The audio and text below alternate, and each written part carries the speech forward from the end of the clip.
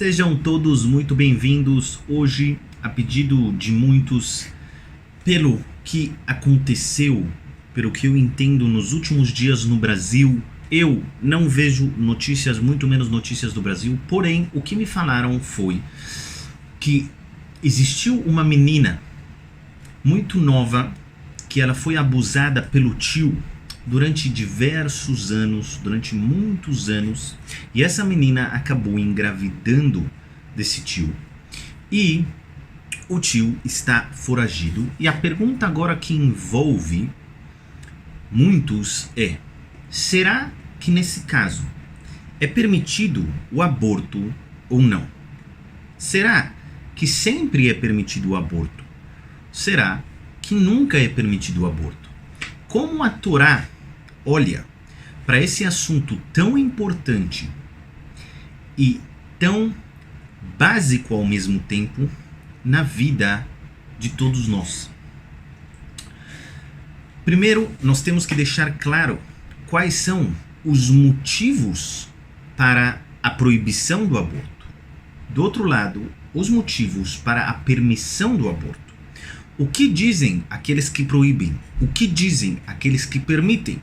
E, finalmente, qual é a visão da Torá e a opinião de Hashem sobre essa ação de tirar e impedir que uma vida venha ao mundo?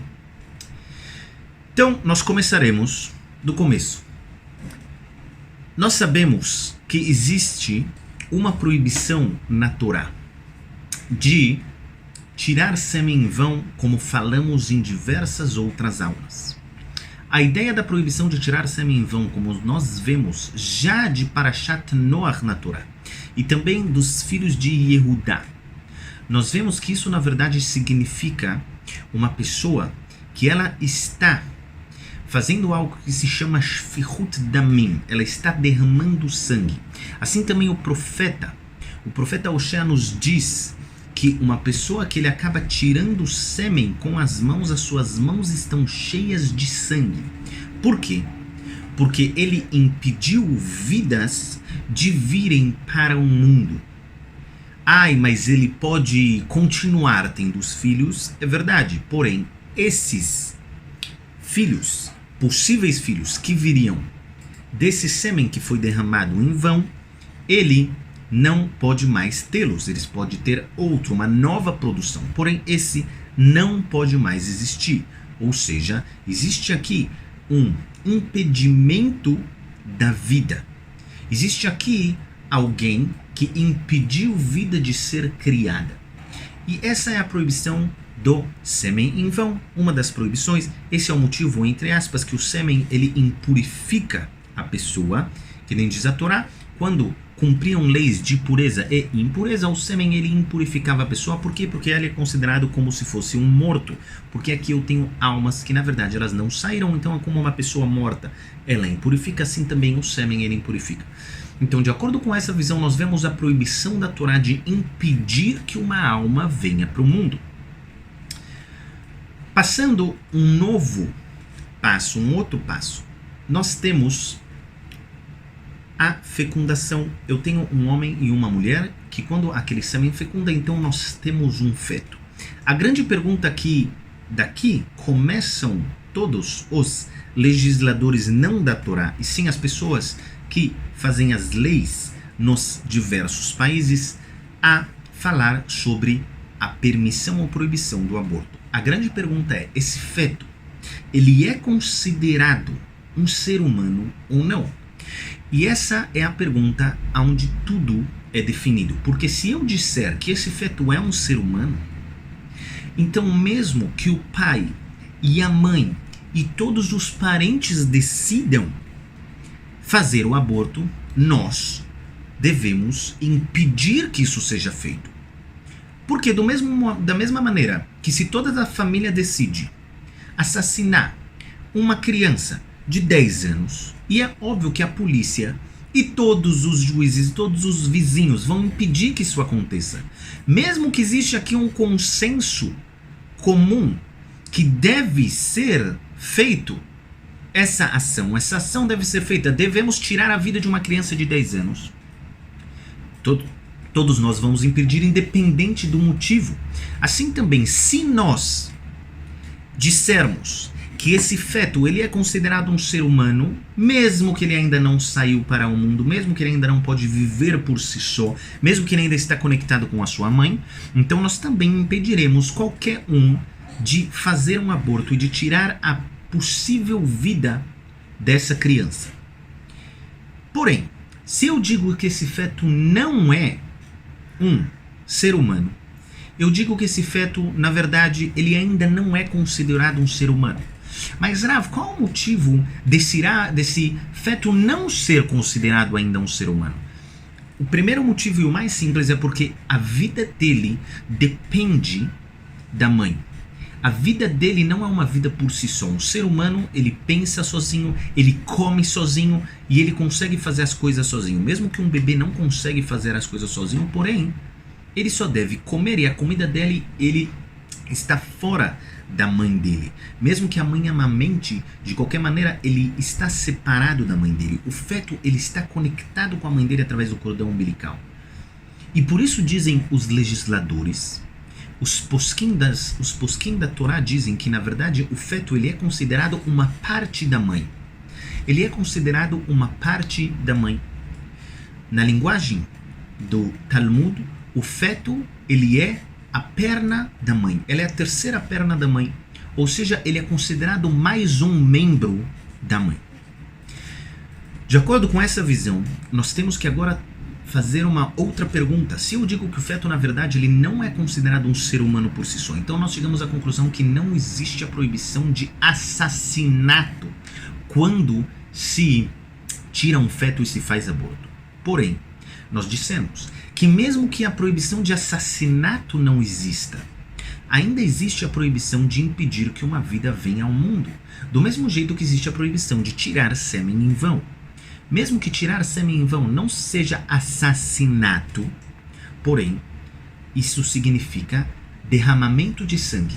E aqui vem a diferença halárrica desses dois conceitos. Um é o assassinato. Pelo assassinato, o assassino é penoso de morte em alguns casos, de acordo com a Torá. Porém, derramamento de sangue é um outro conceito que existe, inclusive, com derramamento de sêmen em vão.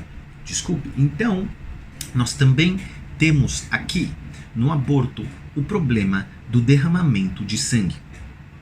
Porém, nós temos agora que fazer outra pergunta. Será que a mulher ou o homem, eles podem tirar um membro de si mesmo? Digamos que agora uma pessoa, ela vai para um hospital e ela diz: eu desejo agora cortar o meu braço fora. E os médicos perguntam: por quê? Meu senhor, ele fala: eu não gosto da maneira como eu sou, eu me olho no espelho, eu não gosto, eu acho que 2 braços é demais, eu não preciso de 2 braços, eu quero cortar o meu braço fora. Será que nós permitiremos algo assim? Será que vamos impedir que isso aconteça, mesmo que ele queira, mesmo que todos os parentes deles queiram? Essa é a pergunta que nós devemos fazer nesse ponto. Será que uma mulher que quer abortar e tirar um membro que está conectado com o seu corpo, devemos deixar que isso aconteça ou não? Então é óbvio que a pergunta será: qual é o motivo que ela quer fazer um aborto? Existem pessoas que elas querem fazer um aborto, por quê? Porque elas não têm dinheiro para cuidar. Porque elas não têm estrutura familiar para cuidar. Ou porque isso foi uma gravidez indesejada. Ou seja, cresceu um membro dentro de mim por culpa dos meus atos, quando não foi abuso. E eu não queria que isso acontecesse, por isso eu quero abortar. Todo mundo entende que isso é um caso completamente diferente do nosso caso do abuso. Um caso de abuso foi forçado sobre a mulher. A mulher não tem culpa. E mesmo aqueles que dizem que a mulher tem culpa porque ela anda sem recato e ela causou com que um homem queira, isso é nada de culpa comparado à culpa do homem que foi e fez esse ato de abusar a mulher. Mesmo que a mulher tenha provocado, é óbvio que a culpa é do abusador. A pergunta é, será que essa pessoa que fez um ato, foi feito um ato nela contra a vontade dela, e agora ela tem que criar uma vida dentro dela durante 9 meses, e ela não tem estrutura familiar, ela não tem dinheiro, e talvez ela é muito nova e ela nem sabe como tratar. Será que será permitido, nesse caso, tirar um feto ou não? Então, eu vou resumir o que nós falamos até agora. Em primeiro lugar, nós precisamos saber se o feto é considerado um ser humano ou não. Falamos que, de acordo com a Halachá, ele não é considerado um ser humano. Portanto, isso não é considerado assassinato. Porém, não disse que é permitido. Por quê? Porque mesmo que não seja considerado assassinato e não cause pena de morte para aquela pessoa que fez um aborto e para aquelas pessoas que ajudaram ela a fazer um aborto, de qualquer maneira, ainda existe a proibição de derramar sangue. Derramar sangue significa impedir que uma vida venha para esse mundo. Por exemplo, tirar sêmen em vão.